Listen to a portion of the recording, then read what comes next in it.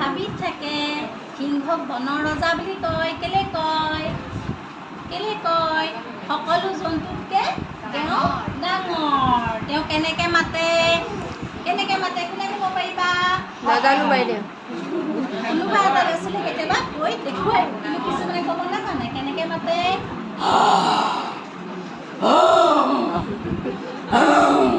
ভয় খাইছা নেকি? খাবা ভয়, মই দেখুৱাইছোঁহে, হয় নহয়? নিগনি এটা কেনেকৈ তোমালোকে দেখিছানে? কেনেকৈ নিগনিয়ে খোজকাঢ়ে? কেনেকৈ তোমালোকৰ ঘৰত আছেনে বাৰু নিগনি? আছে। দেখিছা? নিগনিয়ে কাপোৰ কুটে, বস্তু খায়, আমাৰ চাউল তাউল খায়, নহয় জানো? কেনেকৈ থাকে, কেনেকৈ যায়,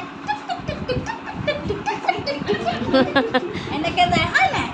এদিন কি হ'ল জানা? মই এতিয়া তোমালোকক আজি সিংহ আৰু নিগনি সাধুটো কওঁ।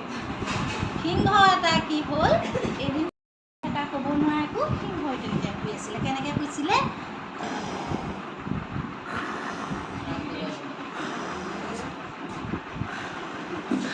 তেনেকুৱাতে নিগনি এটা আহিলে। নিগনিটো কেনেকৈ আহিলে? আহি পেলাই ক'ত উঠিলে গম পোৱা? সিংহটো যে শুই আছিলে, নেজেদি গাৰ ওপৰত উঠি আহিলে। সিংহটো পিপিয়াইছে। তোমালোকক যেনেকৈ টোপনিত কোনোবাই চুই দিলে তোমালোকে সাৰ পাই যোৱা, খং উঠি যায়, তেনেকৈ সিংহ খং উঠিলে। সিংহ খং উঠি বিজৰিলে,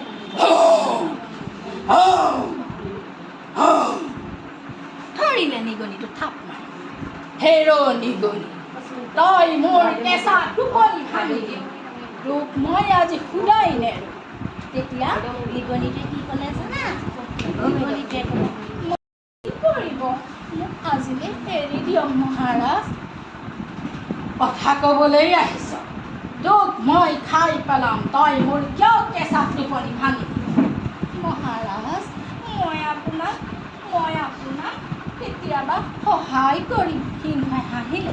সেই অকণমানি নিগনিটোৱে মোক কি সহায় কৰিব? সেইকাৰণে ক'লে কি, তই অকণমানি নিগনি মোক কি সহায় কৰিবি? ঠিক আছে বাৰু, তোক আজিলৈ মই এৰি দিম। নিগনিটোৱে ভয়তে টুক টুক টুক টুক টুক টুক টুক আকৌ দৌৰ মাৰিলে। ল'ৰা ছোৱালীবোৰে তেতিয়া খুব হাঁহে, যেতিয়া টুক টুক টুক টুক টুক টুক টুক টুক দৌৰ মাৰি বুলি কয়, তাহাঁতি ইমান ফূৰ্তি পাই খুব হাঁহে। তাৰপাছতে মই তেতিয়া ক'লোঁ যে এদিন আকৌ কি হ'ল গম পোৱা? এদিন সিংহ চিকাৰীয়ে জাল পাতি থৈছিলে। চিকাৰী চিনি পোৱা নাই বাৰু তোমালোক? যিবোৰ চিকাৰীয়ে জাল চাল পাতি পেলাই জীৱ জন্তু কিছুমানে ধৰি লৈ যায়, তেনেকুৱা এখন জাল চিকাৰীয়ে পাতি থৈছিলে। সেইবোৰ নি বেচেগৈ। তেনেকৈ ধৰণে চৰাই চিৰিকটিও ধৰে, তেনেকৈ ধৰি থৈছিলে, জাল এখন পাৰি থৈছিলে। সিংহই ক'ব নোৱাৰাকৈ এদিন সেই জালত সোমাই গ'ল। জালত যেতিয়া সোমাই গ'ল, সিংহটোৱে কি হ'ব? সিংহই জালখনৰ মাজত সোমাই লৈ খুব চিঞৰিছে।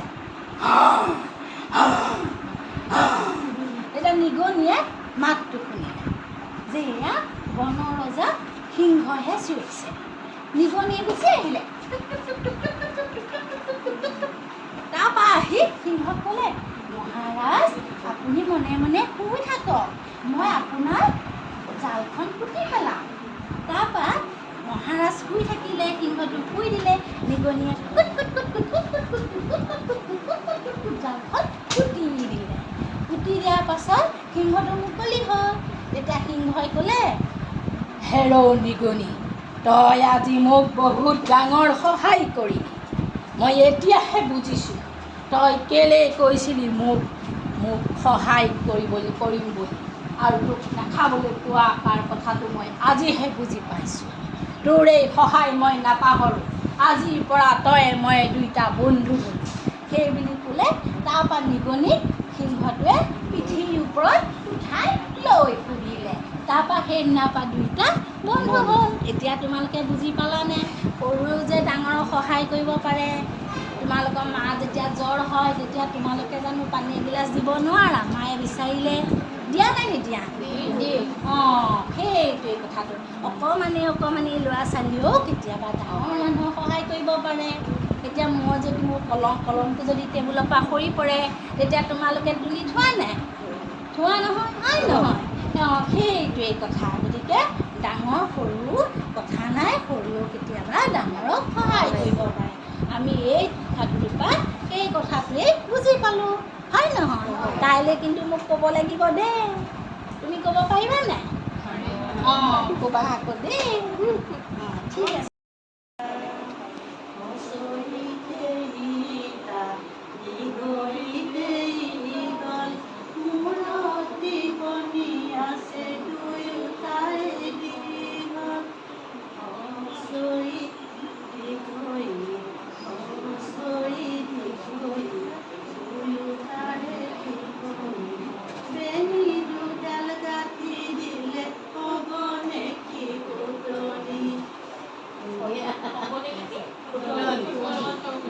Balik.